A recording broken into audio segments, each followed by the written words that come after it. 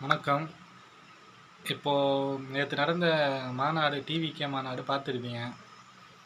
தளபதி விஜய் அவர்கள் நல்லா தான் பேசியிருக்கா போல். குறை எதுவும் சொல்கிற மாதிரி கிடையாது.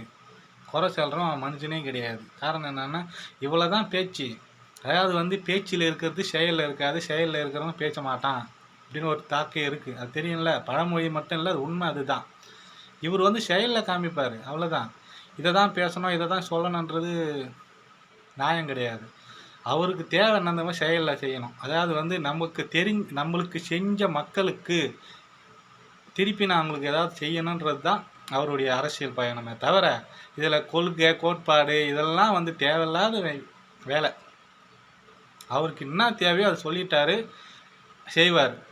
இதை நீ பாருங்கள், கண்டிப்பாக நடக்கும். அதேமாரி பார்த்தீங்கன்னா, யாருமே குறை சொல்லி அவரை பேசாதீங்க, சரியா? அவன் பணம் கிடைச்சா சாப்பிட்டு நல்லா தூங்குற இந்த இதுவில் நான் எனக்கு செஞ்ச மக்களுக்கு ஏதாவது செய்யணுன்றது வராரு பாருங்க, அதுக்கே ஒரு சல்யூட் பண்ணலாம். இதில் சும்மானா அவர் முதல்ல நடிகர்ன்ற அந்த தாக்கத்தை விட்டுட்டு ஒரு நல்ல மனுஷனாக பாருங்கள். கண்டிப்பாக உங்களுக்கும் நல்ல மனுஷனாக கண்ணுக்கு தெரிவார், நல்ல ஆன்மாவாக உங்கள் கண்ணுக்கு தெரியும் அவர். புரியுதுங்களா? முதல்ல நல்லதை பேசி பழகுங்க.